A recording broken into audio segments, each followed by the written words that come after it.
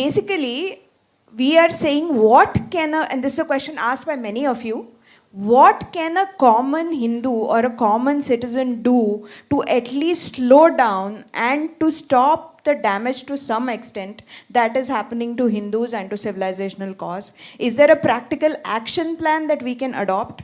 And how do we win this civilization battle in the long run when we know that demography is destiny? Do you have an action plan? That would be wonderful to know if you have. No, definitely. Definitely there's an action plan, but I'll tell you the amazing disconnect, and Dada has really put the finger on the pulse, you know, and I'm amazed. Dada, were you an independent MLA or from आज तक कभी किसी Congress MP ने इतना कभी किया होगा criticise government को? This is the difference. Please remember this and re-elect him, and I'm also removing my nota thing, and but I'll tell you the disconnect, and this is why Sai, when he says that when people come to power, what happens? I will ask you a question, and please raise your hands, and then I vouch for it that not a single BJP politician will ever raise the hand on this question. The question is, does terrorism have religion? Yes. Name one BJP minister, leave minister कार्यकर्ता, who will say openly that terrorism is. वो उल्टा, अरे हम तो बता रहे हैं आपको नाविका जी, राहुल जी, टेररिज्म का रिलीजन है ही नहीं.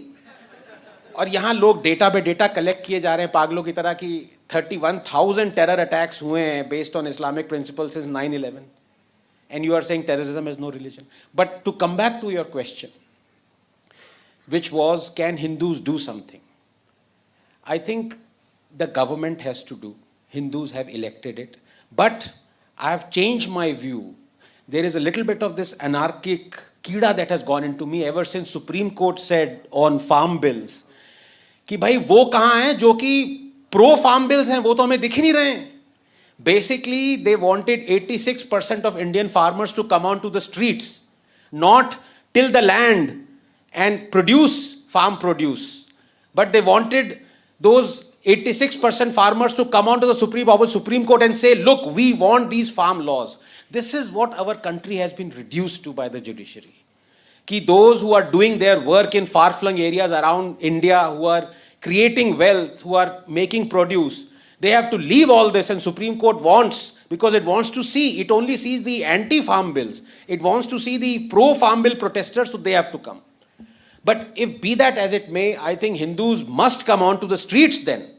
Use the Supreme Court's Brahmastra and say Hindu temples must be under the control of Hindus. That is the first thing. And I don't want to scare you with data because one of the most authoritative guys, the other is our mutual friend T.R. Ramesh. No one has worked more on this than these two gentlemen. Lakhs, not even lakhs of crores of money that is legitimately Hindu is being lost, is being gained by the government because the temples and their land is in the control of the government. The government is dictating how and preventing Hindus from running their own colleges, their institutions, their Vidya Peeths, everything that other religions are doing at breakneck speed in health, in education, in providing every amenity, down to, as he said, making lawyers and judges, who knows, maybe army people. But Hindus are being prevented. What are Hindus going to do? For the last 5, 6, 7, 8 years, people like Sai and others have been crying, look, government has no business to control Hindu temples. What has happened? This government, your government, BJP government has controlled even more temples in the last 8 years than the Congress had. If it wants, it can overturn the overturning of the 1959 Supreme Court judgment. That Congress overturned. BJP can overturn that overturn. I'm sorry, I'm getting a bit, what's the word for it, inception here. But the whole point is, what are the Hindus going to do?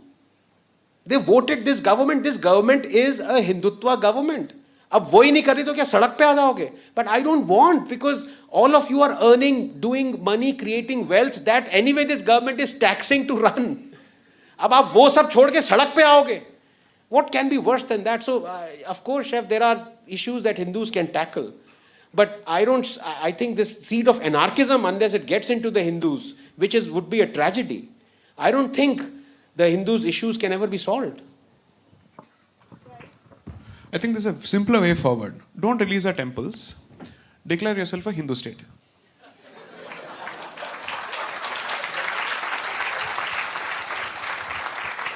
You can't have it both ways. That's it. You choose what you want to do. पैसा चाहिए तो परिचय को बदलो. That's it. Otherwise, I don't see the point in filling your coffers. This is not a facetious statement. I'm making this very, very seriously. Because then we will have to confront the absolute worst of values inherited from the West, secularism. Then you'll have to confront that. And you'll have to call out the BS it is. And then you'll start talking about a lot of things. Now that's one. But what is it that we can do as Hindus? One, don't leave Bharat for California. Please. Kindly, please. गांव छोड़ दिए, शहर छोड़ दिया, भारत छोड़ दिया, तो बचा क्या? किसके लिए लड़ रहे? मेरे को समझ में नहीं आता है. वहां से क्या you will want to form a diaspora fighting for a country which has vacated the country? Kindly, please stay in Bharat. This is the way of the future. Shakti has traveled everywhere and has come back to Asia. It has finished its journey in the rest of the world. The history of the world is a movement of energy. Energy is finally coming back to its source. Kindly stay. If you're looking for perhaps being a part of the most interesting, exciting generation, notwithstanding the troubles and challenges ahead, this is the place to be. Bharat is the battleground and Bharat is the way of the future. I am not saying this for any other reason. शिवलिंगों का अपने आप बाहर आना अपने आप में कुछ संकेत है if you're a believer. Idols which have been, I'm a hardcore believer. I hope that doesn't offend you. Absolutely not. Absolutely. Hardcore believer. इतनी सारी मूर्तियां जो 400 साल 500 साल दबे पड़े थे वो बाहर निकल रहे हैं. The explosion of interest in Bharatiya Sanskriti is tremendous. The voices that are being produced. I am a low-grade hustler. Ignore me. Look at the number of Shastric voices coming out, trying to protect traditions, who don't get the kind of space and the social media position advantage that we get. So, these are signs. And Dharma believes in cosmic signs. I cannot ignore that. 3, संस्कृति को बचाने से पहले परिवार को बचाइए. जो आपके बच्चे हैं जो वोक बन रहे हैं उनको पकड़िए.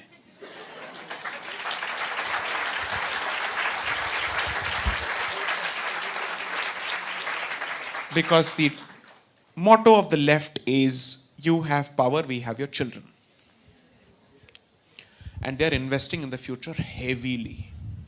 The rubbish from the United States has been refused by France, but India still doesn't have the guts to refuse it. I will never subscribe to gender-specific binary, non-binary pronouns in my life. I will never do this. This is internet karma. I'm saying this. I will never redact this particular position. As a Sanskriti that has dedicated temples for transgenders, which has celebrated in its own way, I don't need to learn your refuse.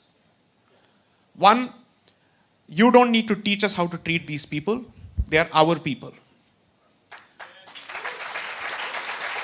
The worst of terms which are used to address them don't come from Hindi, they come from Urdu.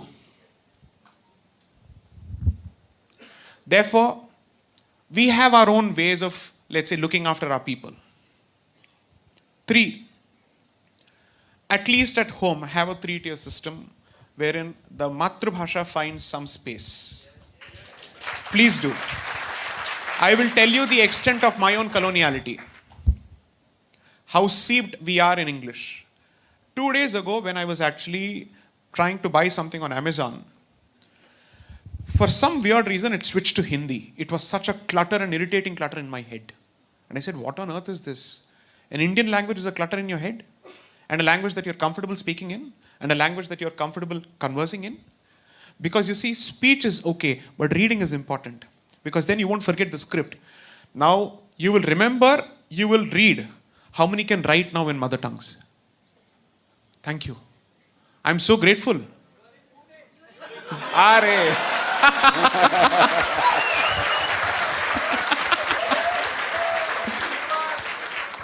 And force your native press to not simply transliterate English words in Marathi or Hindi. Computer ko computer mat bolna. I'll tell you why I'm so proud of Tamil language chauvinism. I'll say this. Let me just answer this question, and I hope I don't offend sentiments here. If I do, that's okay. The point is, the Dravidianists see Tamil Brahmins as Aryans. And we are castigated left, right, and center. Whereas all the prime literature has come from the Tamil Brahmanas. Subramanya Bharati, who they worship, is my distant relative. He is actually the damad of my family. And these are all, he is a cherut smoking Tamil Brahmin. So if you go to Nepal, they have traditions where they castigate Rama because ladki ko diya, dekho kya kar diya. In Bihar and other places, they won't give people their daughters in marriage to people coming from Uttar Pradesh and Koshal. There are certain traditions there because they carry the memory. Similarly, we say this about Subramanya Bharati. Dekho hamare ladki ke sath kya kar diya. Because the man never earned. He was a thinker. Cigar smoking thinker at home. Okay. Now the point is, retain your mother tongues. There is a reason why you have Ishtadev as a concept. You owe your duty to 3 sets of devatas. Your Kula Devata, because that protects your collective identity as a group and the traditions that go with it. Your Grama Devata, which is your guardian deity.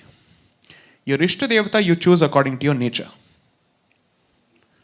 That's exactly why Dharma offers you this 108 baskets. Choose what you want or mix and match. And choose a deity according to that.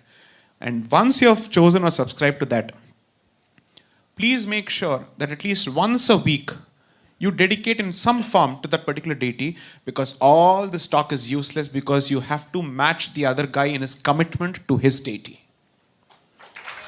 And that is something you must learn from them, no matter what. It's not wrong. He is wrong because his point of view is against us. And he has positioned himself as matter and antimatter. But our commitment is where we are fundamentally, let's say, it's a shaky wicket. So in a previous talk somewhere I said this, the principle is what I'd call the SIP principle. Spiritually fit, intellectually fit, and certainly get physically fit. Make one trip to Israel and you'll realize not one gentleman I saw there had a punch. Once I came back, I realized kuch na kuch to karna padega. I can't go like this. So each of these components are important because it makes a difference. One of the reasons that Guru Gobind Singh specifically had physical attributes for the Khalsa, especially the beard, is to invite and invoke fear. The Kada was a sign of metal and Kshatra. They still call the weapon, the art of learning weapons in their own corrupted form, Shastra Vidya. It's nothing but Shastra Vidya. So my suggestions would be the following. Hinduism, as Rawatji said, unlike Islam, is rooted to a particular bhumi, which is why you pray as you worship to the bhumi as well. It's a consecration that happens with every ritual, so protect and stay. This is your land. Others can leave because it's not their motherland. This is our Mata. You can't leave. 2, protect your children, your language, and we don't have the voluntary concept of zakat, fortunately so. 10% to any organization that does service for Dharma in some way. Hindu hai to bandhu hai is the bottom line. Thank you.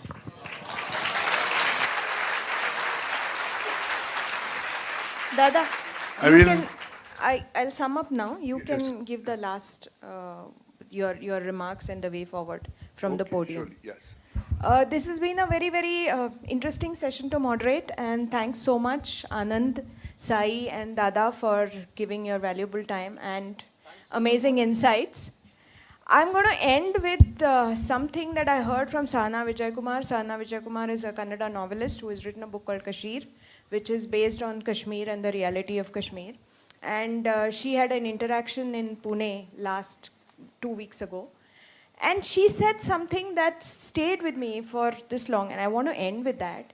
She said, and we were talking, Sana and I were talking before the event, and I had said we were talking naturally about the recent beheadings, and I had said that, it's in Umesh Kole's case, particularly in Amravati, he was friends with the guy who betrayed him for 16 years, who he actually came for his funeral and cried also. So I was talking about that, and she said, why are you surprised with it? Do they not keep goats in their homes before their festivals? Do they not treat them like their children? Do they not feed them? Do they not give them a lot of love? And then they slit the throat and watch it bleed slowly. So she said after that, hum bhi to bakre hi hai na. That one sentence stayed with me, and I want to end with telling you that no, we are not goats. We are lions. And if we have forgotten that, it is time to remember that, and it is time to never ever forget that. Thank you. And now I request Dada to give his summing up address. Before Dada does that, 30 seconds more. No, please, Dada. Because I cannot, I don't know, it's maybe manufacturing defect or an aid that I cannot end without quoting some verses. So, because Shefali talked about, friends, let me quote some verses so that you know what you're dealing with. Do not forget that disbelievers are allies of one another, 873. Do not make disbelievers guardians, 551.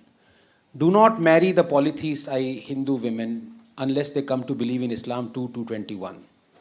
And those who disbelieve in our verses, we will drive them into a fire, 456.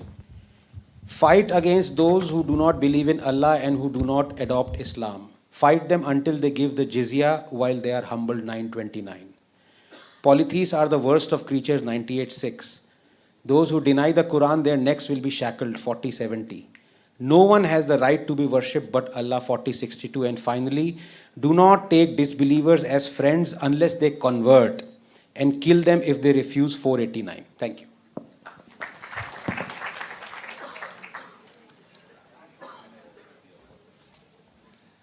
It has been a very long session. Already it's 8.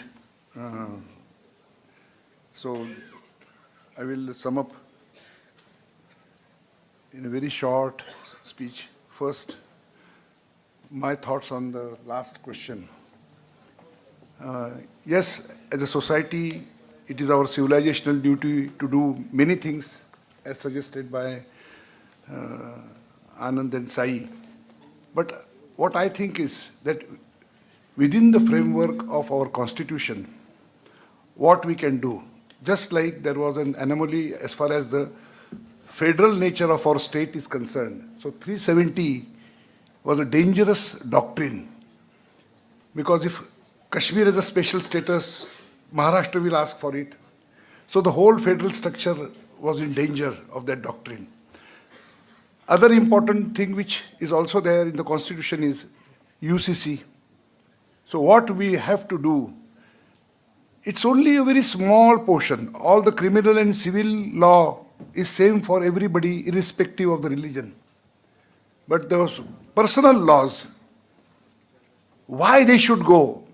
We have to eliminate the religious identity in the civil society. In that sense, you can have your religion, but as far as the civil society is concerned, all are equal. Those laws are equal. I know there is a heated debate about it, but if we want to start integration of the society, so we have to take this major step.